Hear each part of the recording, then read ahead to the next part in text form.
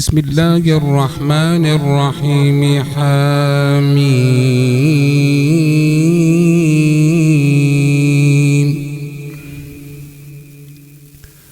والكتاب المبين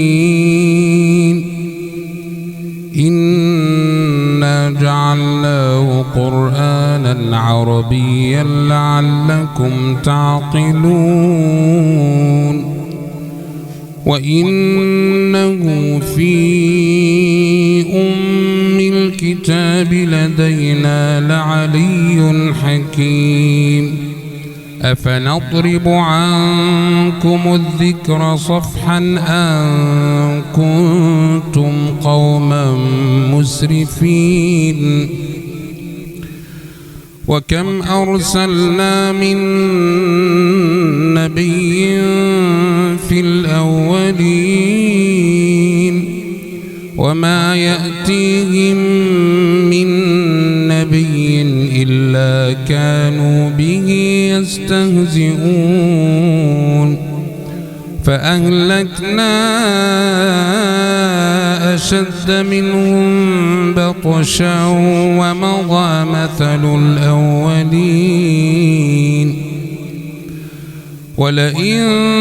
سألتهم من خلق السماوات والأرض ليقولن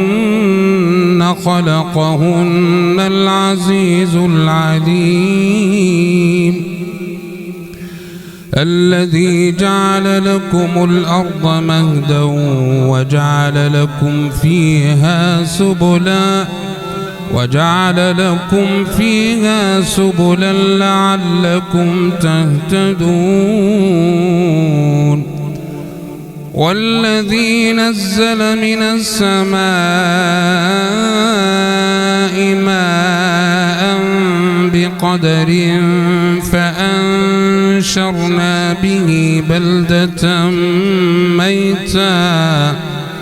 كذلك تخرجون والذي خلق الأزواج كلها وجعل لكم من الفلك والأنعام ما تركبون لتستووا على ظهوره ثم تذكروا نعمة ربكم إذا استويتم عليه وتقولوا سبحان الذي سخر لنا هذا وما كنا له مقرنين وإنا إلى ربنا لمنقلبون وإنا إلى ربنا لمنقلبون وجعلوا له من عباده جزءا إن الإنسان لكفور مبين أم اتخذ مما يخلق بنات وأصفاكم بالبنين وإذا بشر أحدهم بما ضرب للرحمن مثلا ظل وجهه مسودا وهو كظيم أومن ينشأ في الحلية وهو في الخصام غير مبين وجعلوا الملائكة الذين هم عباد الرحمن إناثا أشهدوا خلقهم ستكتب شهادتهم ويسألون وقالوا لو شاء الرحمن ما عبدناهم ما لهم بذلك من علم إن هم إلا يخرصون أم آتيناهم كتابا من قبله فهم به مستمسكون بل قالوا إنا وجدنا آباءنا على أمة وإنا على آثارهم مقتدون وكذلك ما أرسلنا من قبلك في قرية من نذير إلا قال مترفوها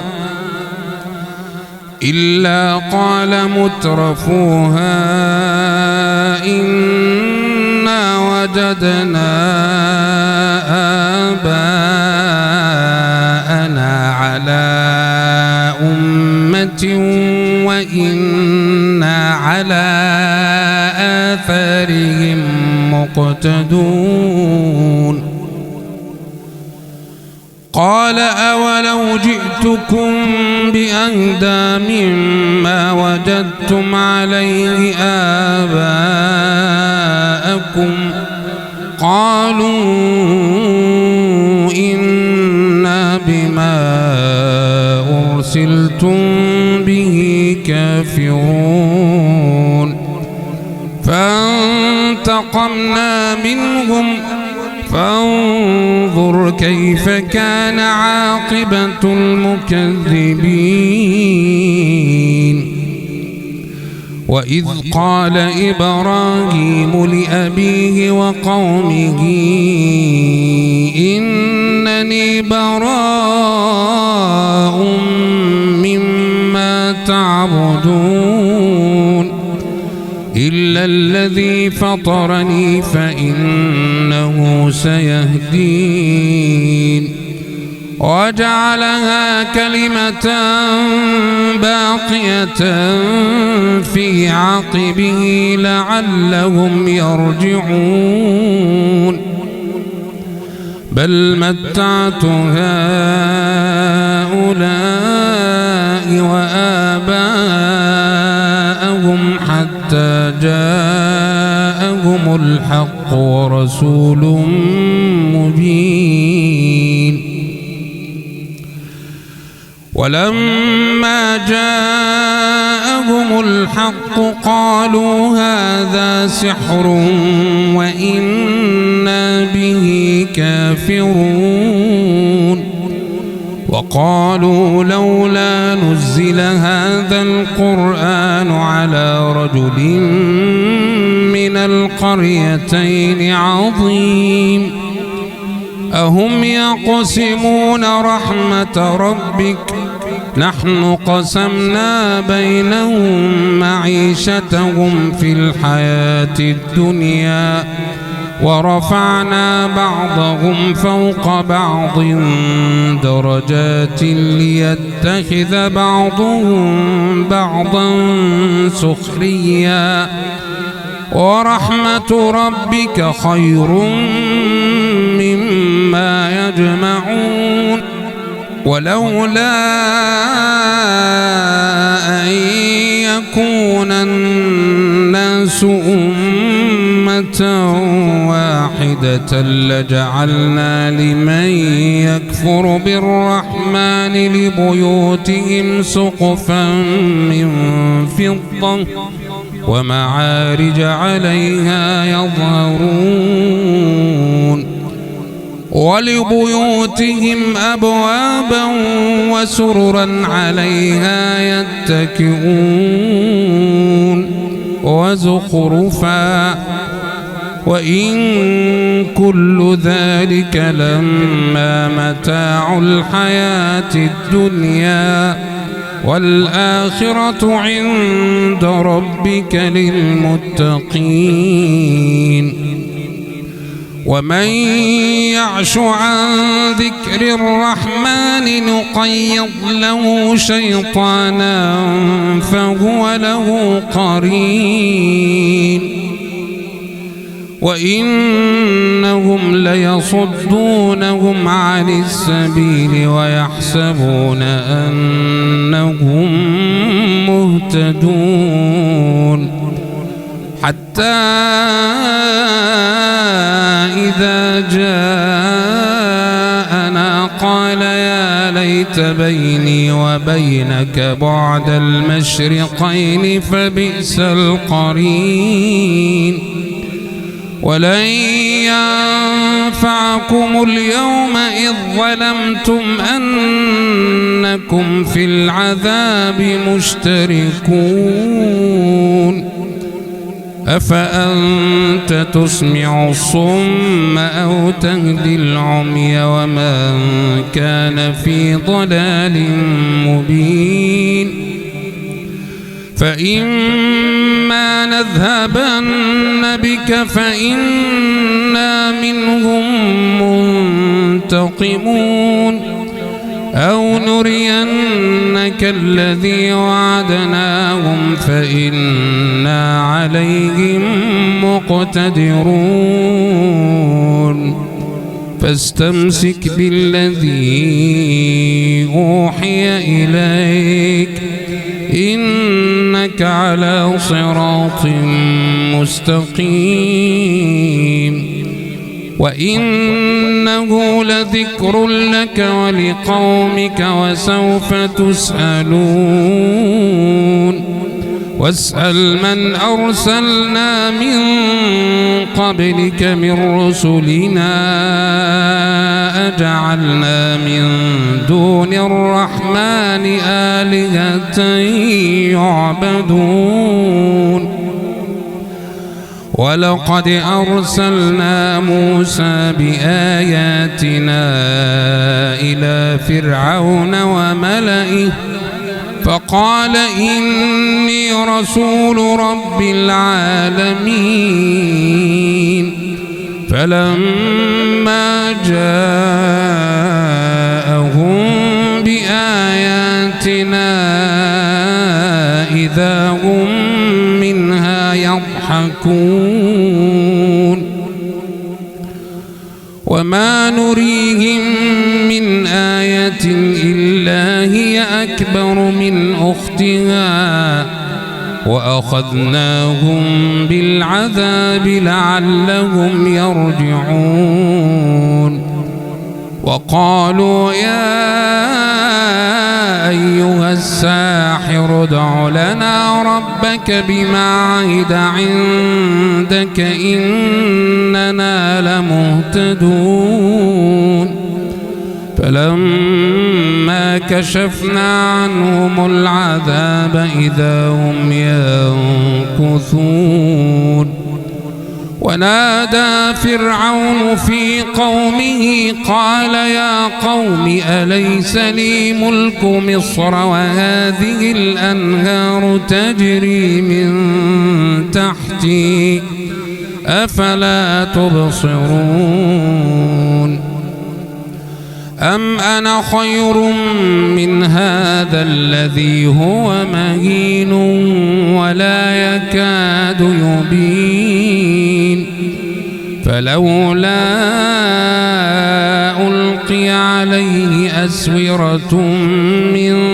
ذهب أو جاء معه الملائكة مقترنين فاستخف قومه فأطاعوه إنهم كانوا قوما فاسقين فلما آسفونا انتقمنا منهم فأغرقناهم أجمعين وجعلناهم سلفا ومثلا للآخرين ولما ضرب ابن مريم مثلا إذا قومك منه يصدون وقالوا أآلهتنا خير أم هو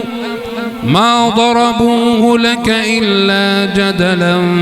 بل هم قوم خصمون إن هو إلا عبد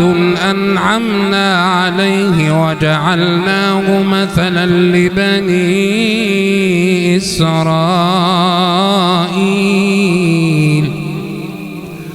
ولو نشاء لجعلنا منكم ملائكة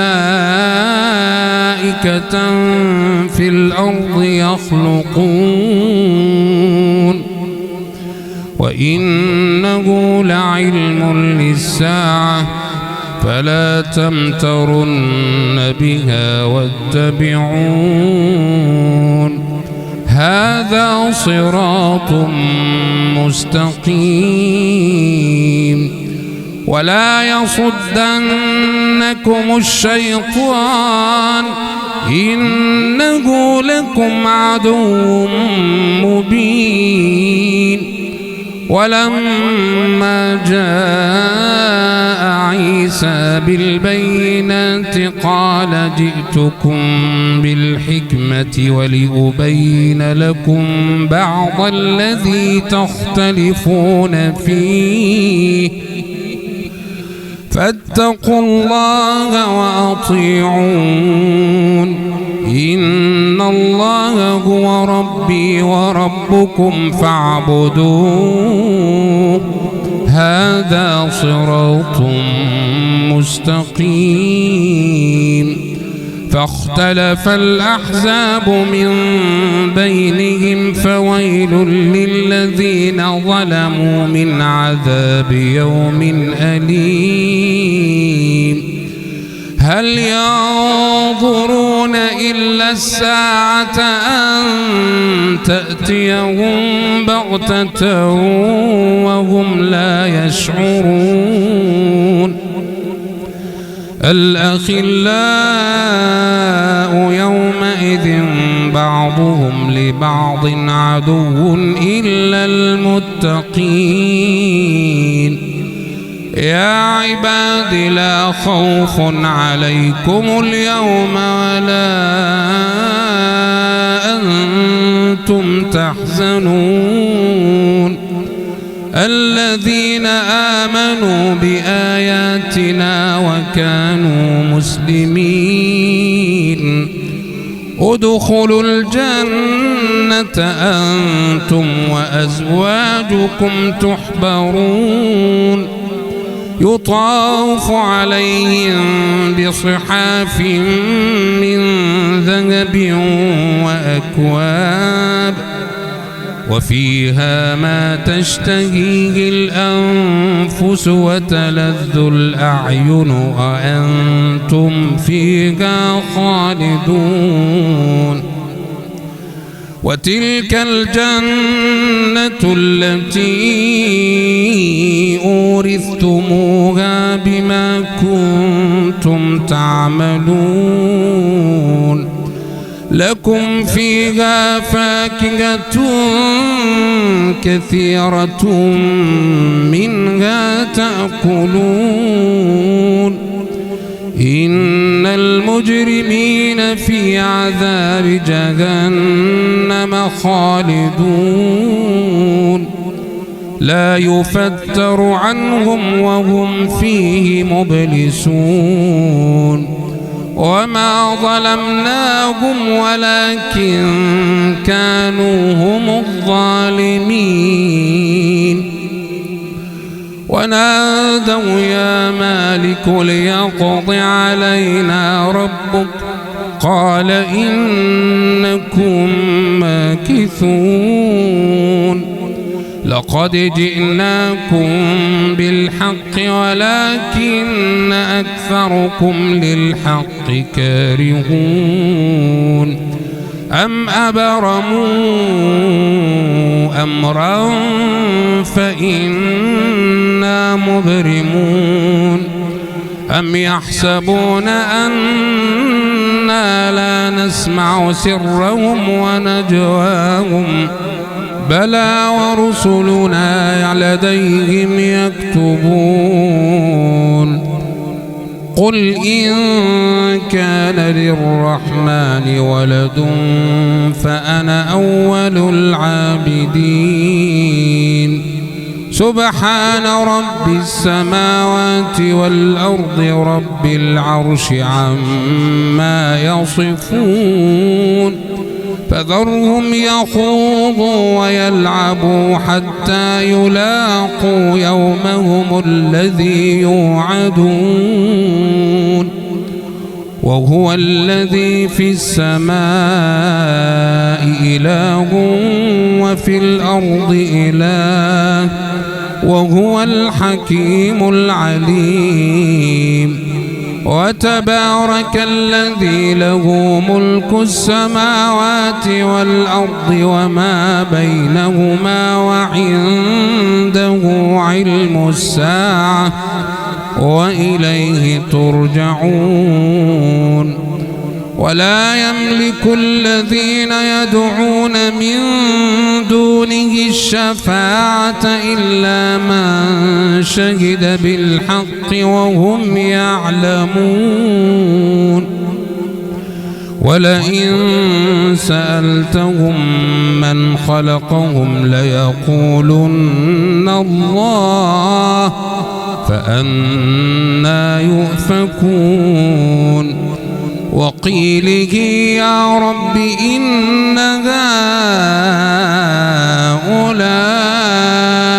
قوم لا يؤمنون